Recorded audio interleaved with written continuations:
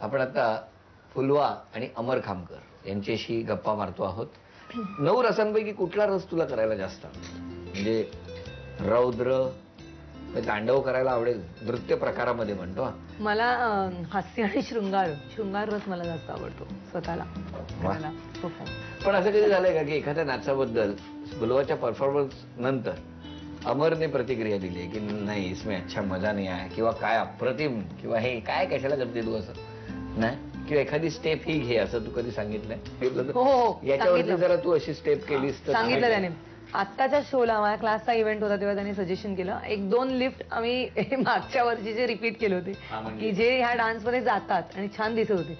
त्याने नाही you shouldn't repeat, हे दिसतात हे, कारण खूप सुंदर लिफ्ट होते ते, मग ते चेंज केले. स्टेप्स आहेत समजा एखादी एक प्रॉमिनंट स्टेप आहे त्या डान्सला ती रजिस्टर झाली आहे लोकांना, आणि जर तुम्ही ती रिपीट करत असाल तर ती लोकांच्या 100% लक्षात येते, कारण ती रजिस्टर्ड आहे. तुम्ही दुसऱ्या गाण्यात टाकली तरी ती लक्षात येते. म्हणजे कुठल्याही कोरिओग्राफरने कुठलीही उचलून कुठल्याही टाकली तर कळते ह्या कोरिओग्राफरची ती स्टेप आहे. वाजले की बाराला जर सगळ्यांनी असं केलेलं आहे, व्हॉट एव्हर.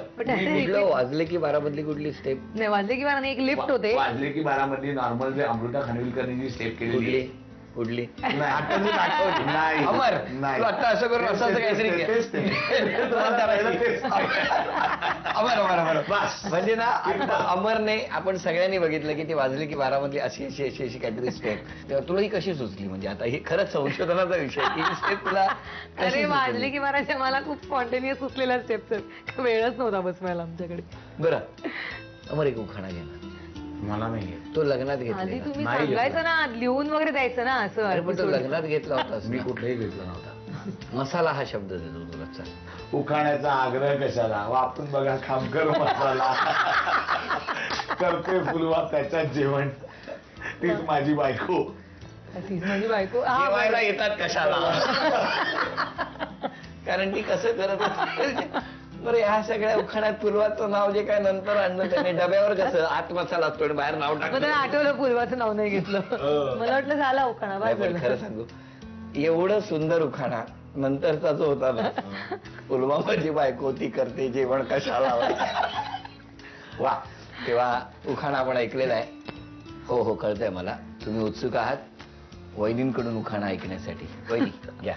शंकराच्या पिंडीवर बेल वाहते वाकून, अमररावांचं नाव घेते तुमचा मान राखून.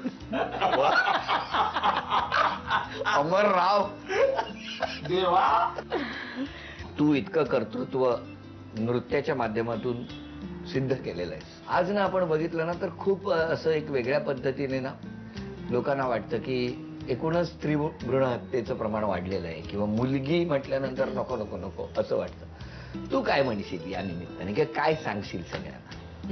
मला ऍक्च्युली मी खूप वेगळ्या पद्धतीने वाढली आहे त्यामुळे मला हे पटतच नाही की असं कसं असेल की स्त्री भ्रूण हत्या, किंवा हा लोकांना आत्ताच्या काळातही म्हणजे पूर्वीचंही मी समजू शकते की मुलगी नको हे कशासाठी, आणि मला स्वतःला हे कुठेतरी पटत नाही म्हण, किंवा खूप त्रास होतो ऐकल्यावर.